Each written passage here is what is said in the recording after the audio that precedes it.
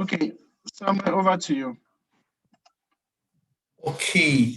Yeah, good evening, good afternoon, good morning, and to everyone joining us from all over the world, because I believe everybody are joining from across the globe. So I am Ashiwaju Samuel. I'm the host for today, and I'm welcoming you back to the 5th day of Dekemp at 2. It's been a wonderful week for me. I don't know for you, it's been a lot of knowledge, lots of interesting activities. Yeah, and today we are having a very great person in our midst. Also, do not forget, invite your friends. Yeah, we still have room because today it's for everybody. Whether you're a scholarship aspirant, whether you are a graduate student, whether you're undergraduate, even if you are still in high school, it's not a waste of knowledge. So invite everyone, and there's still room for people to join the Zoom call and to stream it on Facebook. So we'll kickstart today, and as a welcoming note, we'll start with our anthem, and we've been having this great sound, and I'll employ us to just sit down, take a drink, and enjoy as we kickstart with the camp anthem. Thank you. Okay, thank you. I'm the DJ. So let me bring that up.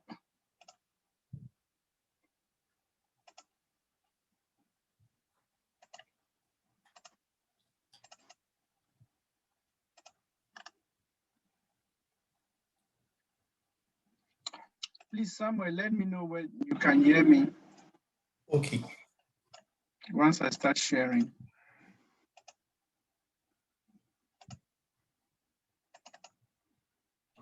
Can you hear? Yeah. I think you have to.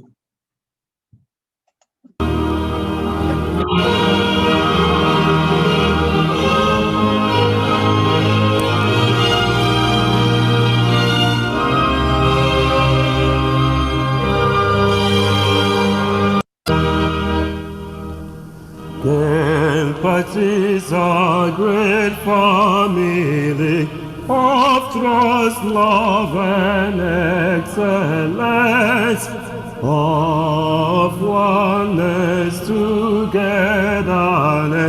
in all that we do. We aim to achieve great success through process when I learn to make our works much more better. Yes, process over results. Advise resourceful people who support each other, knowing that till we all win, we are work in progress. Yes, we will achieve great success. That's why men talk who founded this noble group. Lord, please make us all winners.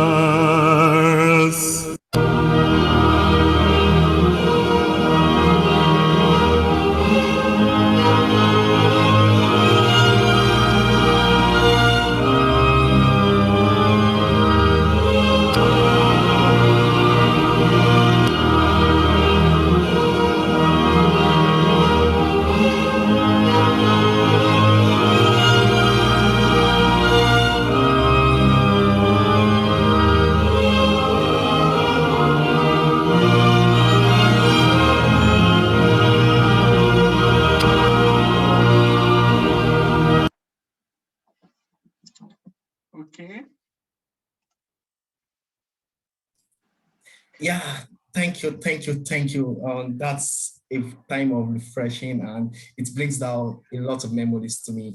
And okay, so to the next agenda of today, we are going to be moving very fast because we have a lot of things to talk about, to listen to, and to learn from. So we are going to be moving to our monologue, and we know we've been having monologue for each day of the anniversary. So today we'll be having a great monologue, and we'll be listening to the monologue from a video podcast. For yesterday, we talked about success. I believe we are all here yesterday. So, and today we'll be talking about winning, and the monologue will be played shortly. Just stay tuned and listen to today's monologue. Thank you. Okay, and that would be coming right away.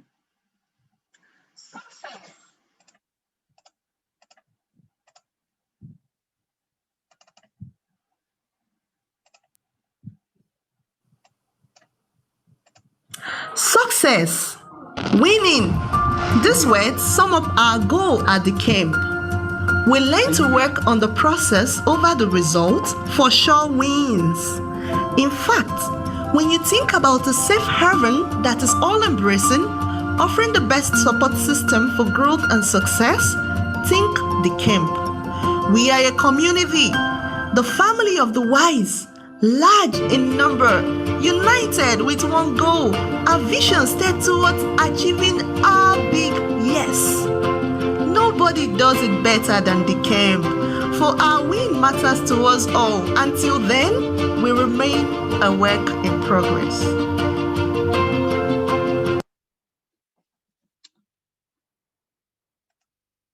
Okay, so I will share back my screen, and somewhere you can continue. Okay, thank you very much, Dr. Casey. We'll be moving very quickly, and I hope we learned something from the monologue. I think I got a lot of things from the monologue. Process over results. I mean, we have to go through this process, and today we'll see how we can develop a sustainable process. Today's topic is very, very important to me. I don't know about you. As a member of the Dekemp family, it's very important to me. So today we'll be having with us a great speaker. I mean, almost everybody should know the person we are bringing in today. And if you don't know him, it's an honor to do the introduction of this person in the name of Dr. Michael Taiwo. Yeah, ever since I've been small, I've been dreaming to be an engineer, and I envy engineers a lot. Unfortunately, I couldn't, but as as life come up and down, I was maybe in engineering, maybe not in engineering, but I'm still in science and I'm still in engineering. And he has been a great inspiration to many Nigerian youths all across the universe, across the globe, both home and away. And I will just go quickly to his profile, and he will be joining us shortly after this. Thank you very much. So I believe reading Dr. Michael Taiwo's profile. Michael Taiwo was born and raised in a town in the middle of nowhere in Nigeria. He considered himself low maintenance, probably because he was raised on less than 50 cents a day.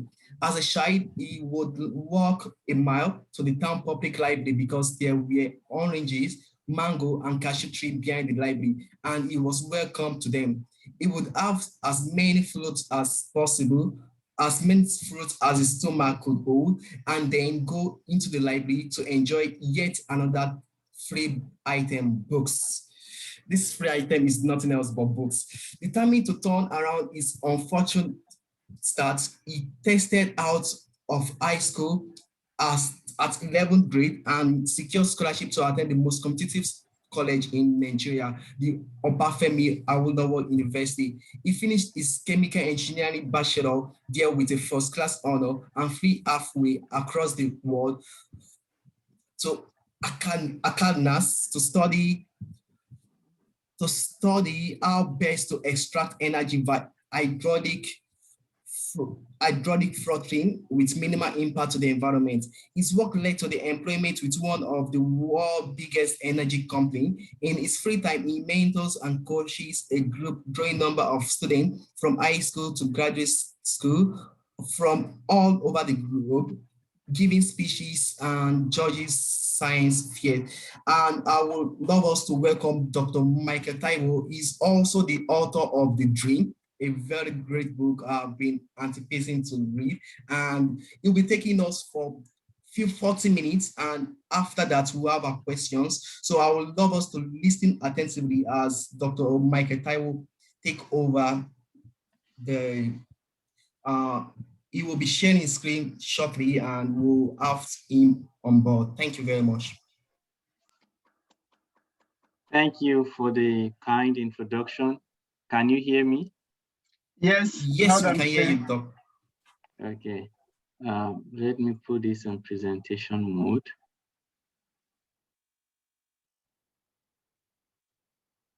I think I need to move this away.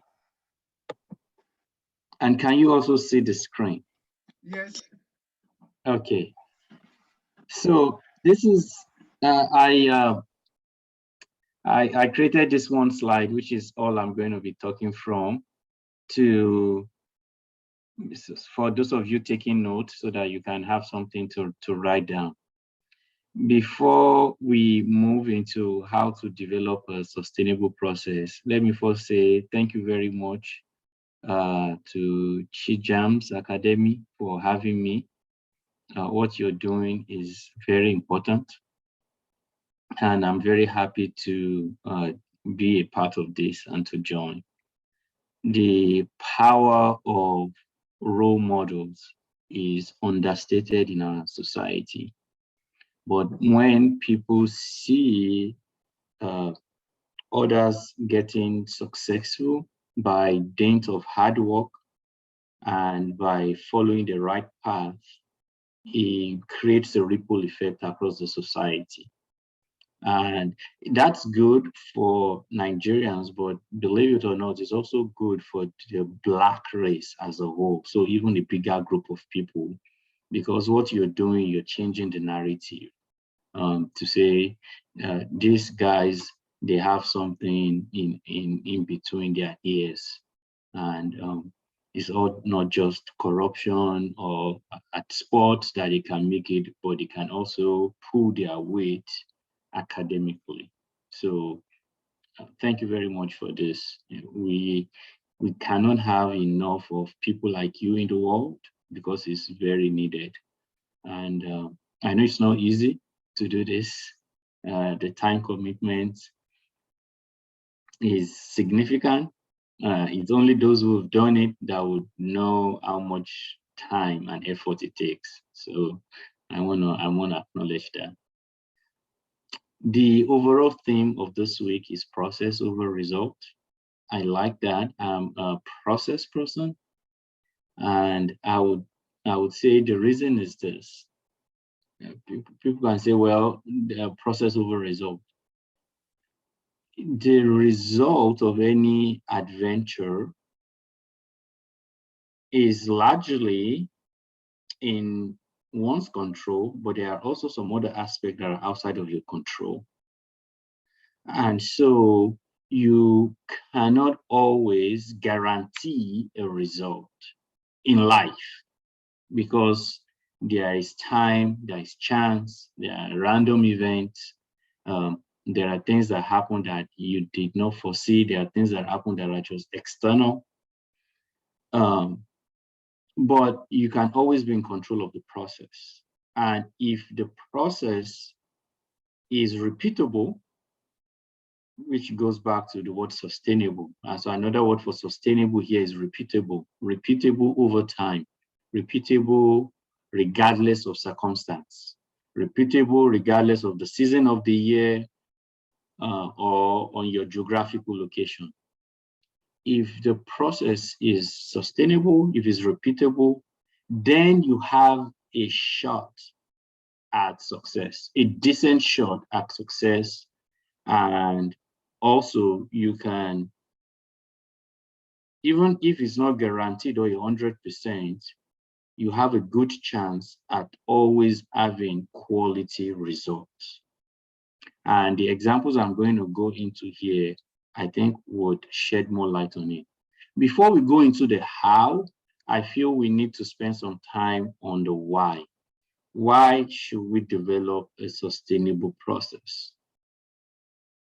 And the analogy that comes to my mind, I read it about 10 years ago from a book called Rich Dad, Poor Dad. And in that book, there's a story about two men. They won a contract to supply water to a nearby village. And one of the men immediately went to buy 2 buckets. So you carry 1 bucket on the right hand, another on the left hand, you go into the river, get the water, and take it back to the village. And eventually that was not enough, so he had his sons also to join him. So they go to the village, they go to the river, fill up a bucket, take the water back to the village to sell, because people want water, so market was booming. So they were making money. What was the second man that won the contract doing? He was building a pipeline. In fact, he had to borrow money to construct a pipeline. And like any worthy project, it took some time for him to build a pipeline. But once he built the pipeline, the other man with his buckets and 2 sons, even if he had 10 sons, they could not compete with his pipeline. Because with a pipeline, he can just sit back and watch how water moves from the river to his customers in the village, and he won big time. That is an example of a sustainable process. You want to build a pipeline to where you are now, to where you want to be. A process that works even when you are not. Another analogy similar to a pipeline is the assembly line. A lot of people credit Henry Ford as the maker of the automobile. But that's actually not true. Automobile as a product has existed before Henry Ford. People have been driving on the streets of America before Henry Ford. But what Henry Ford did was he was the first man to create an assembly line to produce automobiles. He was the first man to say, okay, this process can be automated, that process can be automated, and then we're going to put all of this together and we'll start cranking out these vehicles like clockwork. He was the first person that did that. It wasn't something that somebody just did, a very good mechanic put it all together and then release it to the market. It became now something that people were still doing it and they were using as much tools as possible, but it was very process driven. So much so that it could predict the number of vehicles it's going to produce in a day. And the mass production of automobiles lowered the cost, improved their safety, improved their adoption, and in a way, kickstarted the automobile industry. So even though he wasn't the first one to create an automobile, he was the first one to come with the concept of an assembly line. And now, I can't even think of any industry or any product that doesn't come out of an assembly line, but it was first pioneered by Henry Ford. Why am I saying this? That is a sustainable process. That is what you want to build for your dreams.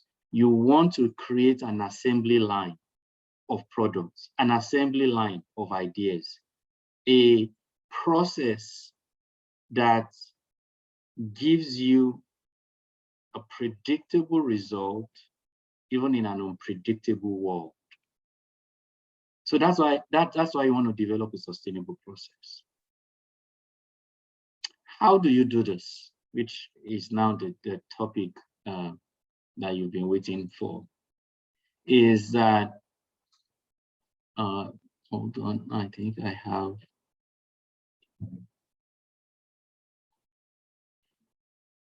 The first thing you want to do is you want to define your objective. You want to ask yourself, what do I want? The more I talk to people, the more I realize that this is perhaps the most difficult question that plagues people's lack of productivity. A lot of people really haven't defined what they want. And that robs them of quick decision making. Somebody have said, procrastination is not the thief of time. The real thief of time is indecision, and that procrastination is just his chief accomplice. And I believe that. So the very first one is not as easy as it looks. But once you define it, the rest becomes a matter of course. The rest becomes, if not obvious, at least defined. What do you want? What outcomes do you want? Is it that you want, and I'm going to use an example of, getting a fully funded graduate program, because it sounds like that's the demography that we're talking about here. But even if, sorry, I think I ended the slideshow. Let me get it back. Your objective might be, I want to publish 10 papers before I finish my master's or my PhD. Your objective might be, I want to land a good job that is going to pay me very well. Or I want to work in X company or in Y industry. Whatever your objective is, you need to define it. Because when we're talking about a process, the process is the way you get to a product. You're not developing a process for process sake. Just like the example of the pipeline, the guy wasn't building a pipeline just because he wants to bury 12-inch piece of steel into the ground. He was building a pipeline because he wants to get a product, which in this case is water, from the river to the village fast, cheap, predictably. Henry Ford wanted to produce automobiles on a large scale so that the cost is driven down. He dominates the market, and everybody would drive a Model T, which was the model he started with for mass production. So you need to define your objective. I'm going to move to the next one, process, which is like the core. What habits will help you achieve your objective? What are the things you need to start doing, stop doing, or continue doing to achieve your objective? There has to be a process to this. And I can't think of any process that will not involve you modifying your ways of working, some aspect of your habits. So what habits do you need to stop, start, or continue specifically for the objective in question? That is a process. A lot of people rush through the first two or define them poorly, and then they just jump right to the third one.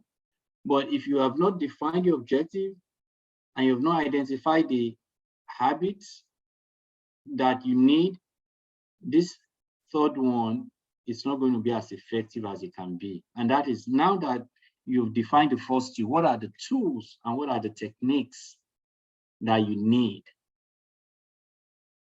to help you? And you don't need to pick so many, but just pick a few, depending on what you're doing. Over time, I have a suite of tools that works for me. And let me share some with you. One of the things I do is, before I sleep at night, I write down the most important task that I want to achieve for the next day. You know, because I said the most important task, it doesn't mean it's the most important ever task. It might be something as simple as, I need to call my uncle because it's been a while I've called my uncle, you know? But for that day, it's important and I don't want to forget, so I write it down. And I might be doing that because my objective might be, I want to have sound relationships. So the habits I need to create is, I need to check in regularly with people that matter to me. And now I'm using a tool that says, write down your most important tasks for the next day before you go to bed.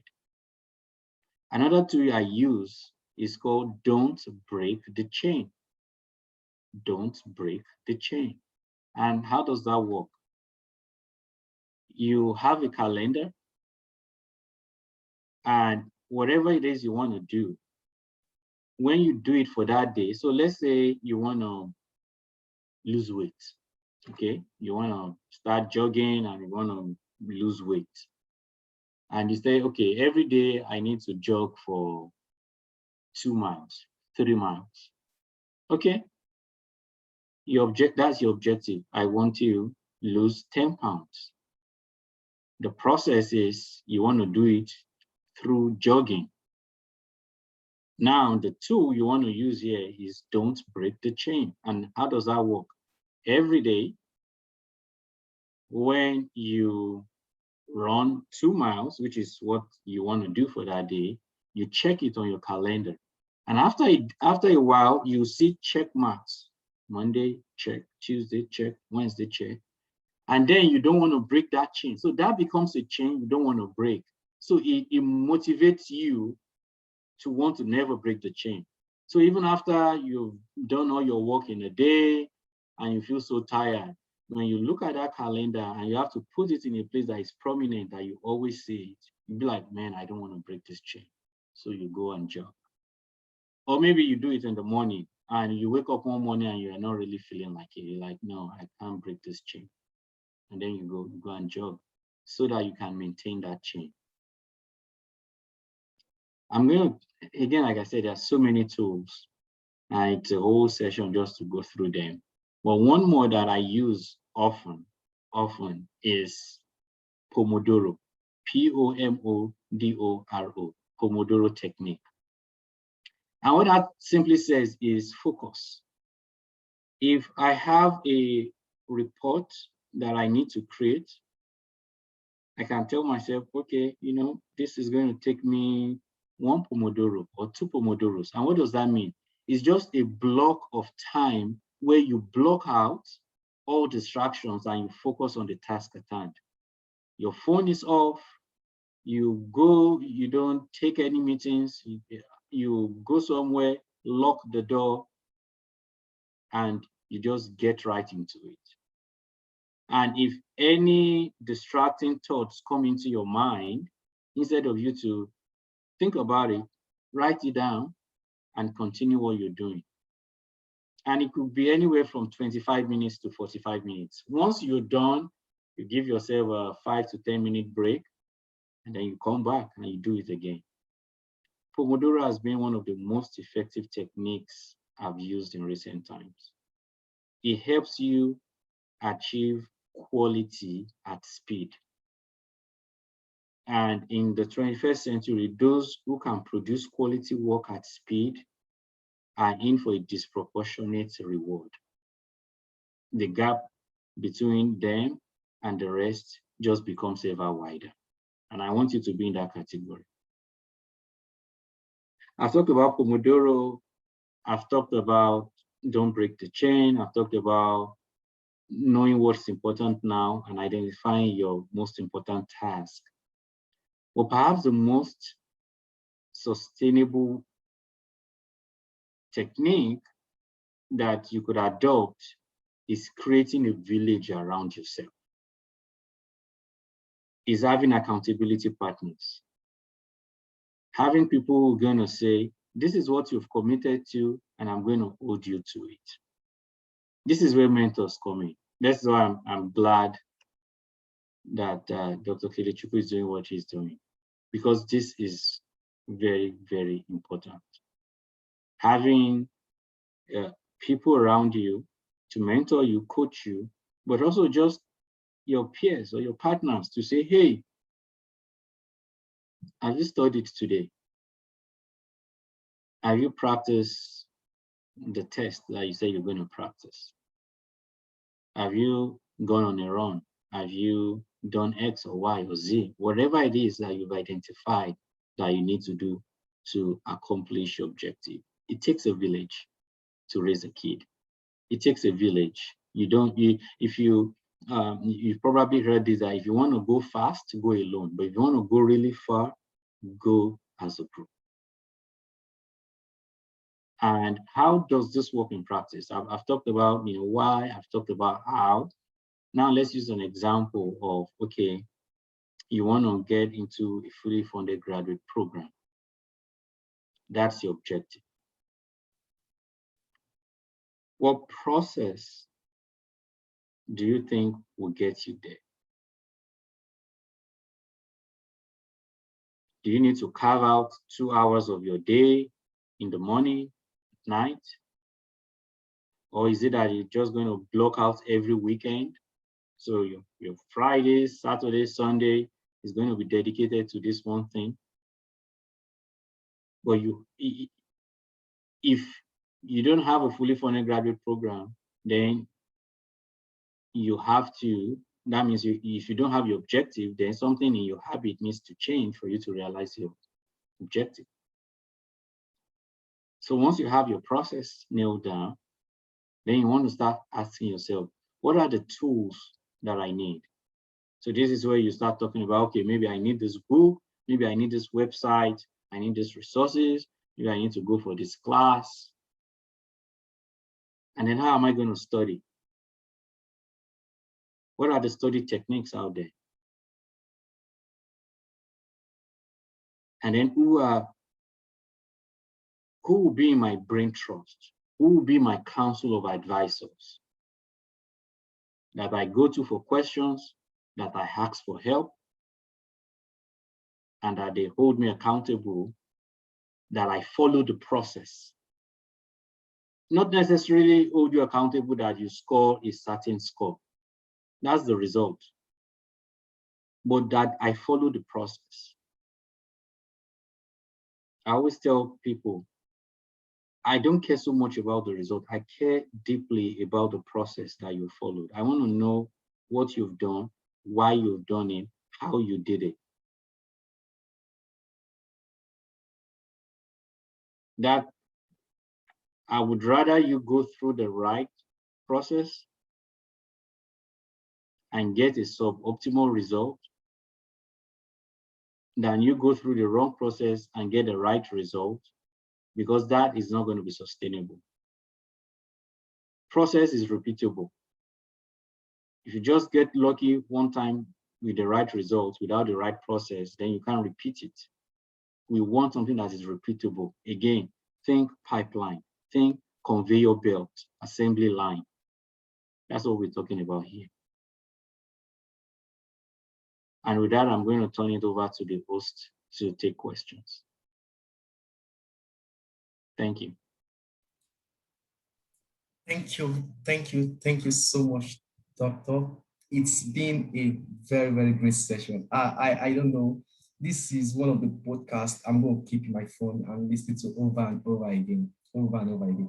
Thank you so much, Doc. You've really said a lot of things, and also down to the audience, or you can send in your question, through the to the chat box. I will get your question, and also if you have any question, you can also I don't know if you can unmute yourself and ask your question personally, but you can also send it to the chat and I will ask your question. So Doctor, you've said a lot of things, and there is this question someone asked on the chat, and I'm going to be asking the question. The question is about the technique called "Don't Break the Chain," and the person asks, it's more of a personal question. It says, "Have you ever broken the chain in one of your engagements, and you lost your morale? And how do you recover from the morale back to track? And if you haven't, what is your advice for someone who are falling off, is finding it difficult to start again?"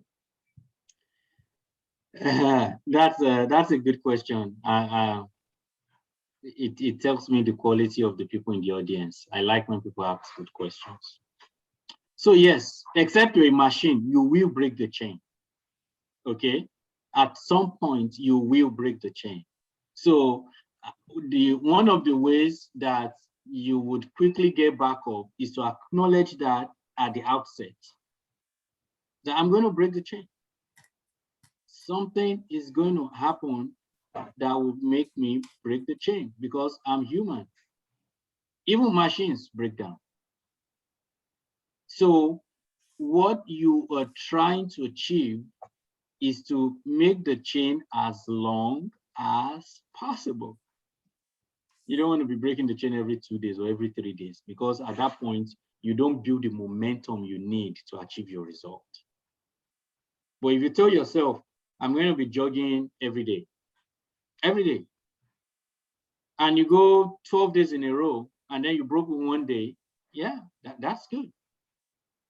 You get back up, and then the next time you might go 18 or 20 days before you break the chain.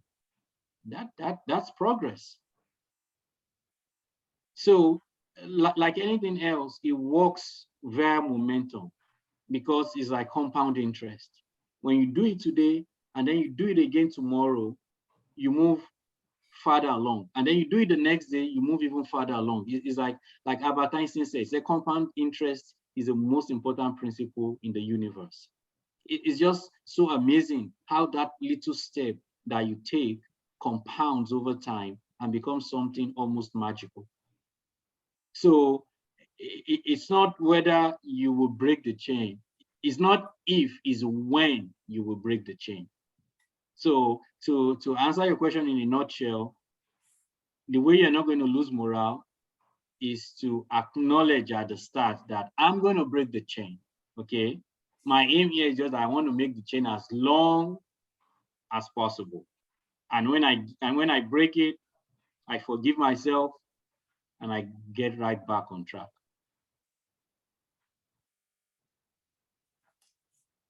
Yeah, thank you so much, Doc. Thank you so much, Doc, for the answer. I don't know if there is any other question from the audience. You can raise up your hand or you can type Okay, your I'm question. seeing the chat now. Let me quickly go through the chat. I see somebody say, is there a place for trial and error? Yeah. I don't understand that question. So if that person want to come off mute. Okay, thank you so much, Doc. And most especially for the people that is seeking admission for graduate studies, and for those also that are going for graduate studies, I will tell you from a personal point of view, these points are very, very, very vital. Very, very vital. I mean, I didn't have this when coming over, and I can see some deficiency from what I did, and I think this will really help me in my journey so far. And also, Doc, I would love to ask a personal question about we see ourselves as a foreigner, probably in a different country in Europe, maybe in America. So like, what do you think we can also do maybe to bring out outstanding, even during this sustainable process? I mean, it's quite difficult, like keeping on to track with studies, uh, achieving excellence. Then after studies, after graduate school, you have to like look for job. So what do you think what's your advice to us, maybe for people that currently study or people that are also coming over to study? So I would love to have just a few points from you, Doc. Thank you so much. So if I want to paraphrase your question, like, how do you get a job after your studies? Is that the question? I mean, attaining excellence also during your period outside the country, because from your biography, I've seen you have a lot of track record of awards internationally, and this is something we also, the younger ones, need to keep up to. So how to attain excellence, like even in front of the locals in the I get country. you. Yeah. Thank you. Yeah. So it was Aristotle that said that we are what we repeatedly do. Excellence, therefore, is not an act, but a habit. One win doesn't make you a winner. Several wins make you one. Winning, in a way, can be encoded in the DNA. So one of the ways that you can be excellent at studies, at work, anywhere you are, is to settle it with yourself that you're a winner. You have to settle it with yourself that you are not ordinary. And then it changes the way you see life. It changes the way you approach your work. And then it changes the way the world responds to you. But it starts from that very primal level, that you settle it with yourself, first within yourself, that you're a winner. And then you begin to act like it. Then you begin to tell yourself, what do winners do? And then study what they do. Pick from wherever field you want to pick from. I have a row of biographies in my bookshelf. Newton, Einstein, Steve Jobs, Lee Iacocca, Henry Ford. I've just told you about some, Rockefeller. I study those people because I know they bleed the same way I do. And I know I can function at their level. And it reflects in what I do. So to answer your question, the first thing you need to is a mind thing first. You have to first settle within yourself that you are not ordinary, that you are a world player, that you're a leader, that if they throw you inside the desert, that there is nothing in the desert, you can still build an empire. You have to settle within yourself that if you are thrown into the ocean right now, you are going to swim out with a gold piece in your hand. And once you do that, it changes everything. You're like, okay, I'm a winner, so I have to go the extra mile. I'm a winner, so I have to make that one more phone call. So I have to send out one more email. So I have to run that experiment one more time. So I have to make that submission again. Once you do that, the world opens to you.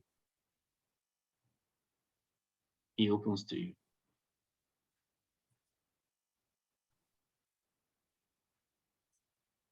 Thank you so much, Doc. I think there is a question.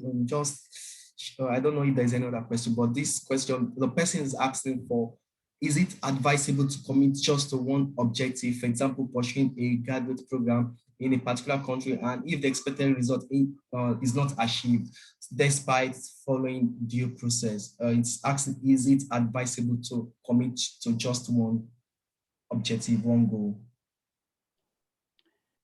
That's a good question. And I've seen it both ways. You need to, a lot of this depend on your personality, okay? Some people, the two answers I've seen here is some people say, well, you don't want to have a plan B. You want to have only plan A and give plan A your best shot. Because if you have plan B, you'll be kind of distracted and then you won't put all your mind into plan A. And, then plan A is not going to work. And plan A is really what you want. And then maybe plan B too will not work. So some people say, because of that, don't have a plan B. Burn the bridge. You've heard that, a general that was taking his army to fight a battle. Once they all cross the bridge, he asked them to burn that bridge so that nobody will have a chance to run away. And then they will fight, with all their might. I've heard that answer. And some of you might be expecting me to say that. And then I've also heard you don't want to put all your eggs in one basket. You want to diversify. Those two are valid answers depending on your personality. I've seen people, just again, because I've been mentoring people for 20 years, okay? And so over that time, I've come across people where if they don't have a plan B, they put their all into plan A. And because they put their all into plan A, more often than not is successful. For them, that's their personality. Some people, they are more comfortable knowing that there is a plan B, or if this doesn't work, there is this I can fall back to, they have a fallback option. It doesn't mean they are not going to give plan A their best shot. They're still going to do their best in plan A, but they also have plan B as something that gives them peace of mind so they can sleep well at night. To be honest, both plans are valid depending on your personality. If you know you are the type where if you have a plan B, you're not going to take plan A seriously, then don't have plan B so that you can take plan A seriously. And if you are the type of person where even if you have plan B, you're still going to give plan A your best shot, there is no harm in having a fallback option. I'm going to tell you personally that I belong to the second group. I usually have fallback options, but you would not know if I didn't tell you, because I'm going to kill myself to make sure that my first option works. Then if it doesn't work, I'll be like, oh, okay, then next. But I always like having options. But it has never stopped me from putting my 100% in my first option, because it's my first option for a reason, right? And I want my first option to be what happens. So again, my answer would be, it depends on yourself. This is where you have to know yourself and to yourself be true. Yeah, that's what I would say about that. Thank you so much, Doctor. I'll be handing over to Dr. Casey very soon, and we've learned a lot of things. John Maxwell said one of the greatest value of mentors is the ability to see ahead what others cannot see, and to help them navigate a course in their destination. And we've been able to hear from a great person this evening, this night, or depending on your location. And I would love us to put it into practice. That's just my personal advice. As he was talking, I was painting myself, kind of, I don't know. And I was like, I would advise mostly the 40 plus students that will be coming over to different countries for their graduate studies to save this podcast and listen to it over and over and again. I did that for a talk of Dr. Casey with Dr. Manua Aminu, and I listened to it over and over again. This is one of the podcasts you should listen to over and over again. It will help you. I mean, when you are studying, you have a big time that you'll be so down. These are things you need. These are the bullets, the arsenals you need. Thank you so much, Doc. We really appreciate you. Thank you very much. Over to Thank Dr. you. It's a Casey. pleasure. Okay, over to me. Thank you so much. I whenever I reach out to you, I always start with big bro because you inspire me a lot. And you also inspired all of us here at Dekemp. Thank you for what you do. Thank you for, I always, whenever I come to a new environment, the first thing I want to see is to try to like see if there is someone like me out there, right, that is doing what I would want to do. And it gives me that kind of inspiration that yes, it's possible. And the next thing I always do is to reach out to them, try to connect with them, try to understand how they did it and see how I can implement that. That is what some people would call shadowing, right? So you shadow the people that you want to be like. And I really thank you for being such an inspiration to us. So I'll be sharing my screen, just a word of token from us to you, from the entire Dekemp family. So this is the award that we are presenting to you,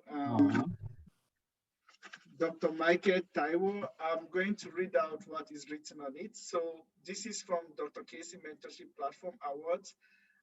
To Dr. Michael Taiwo as a patron to the mentorship platform for his commitment and support towards empowering and inspiring young people to achieve their professional aspiration this day, the 30th of July, 2021.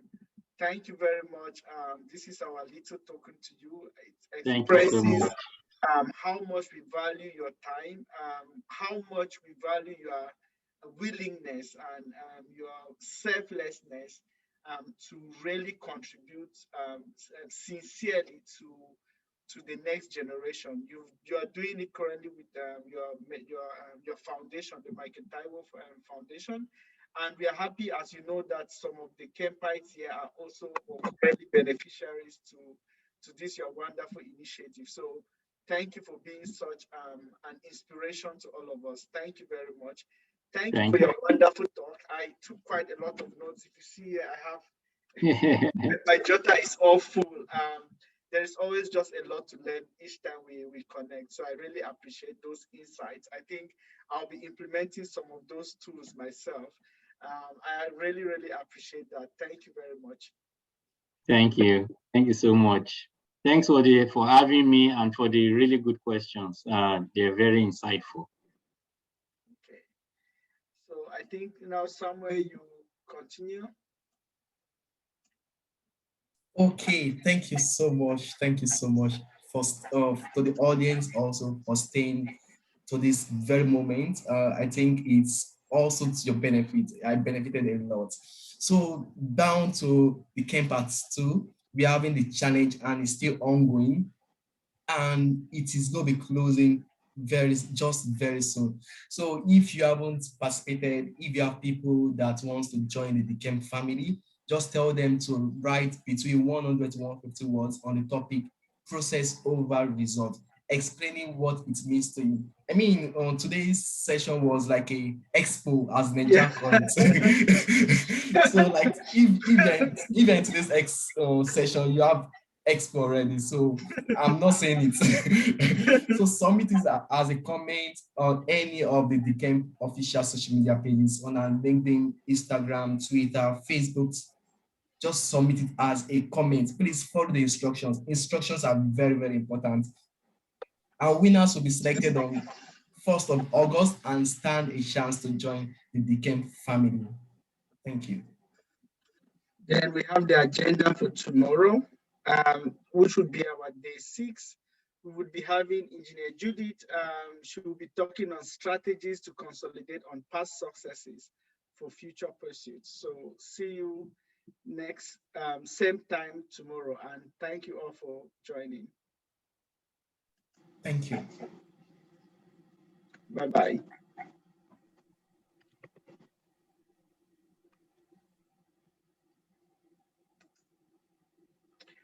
Brother, stay back. I'm handing over to Samuel as I move out. So make sure that you've done your attendance.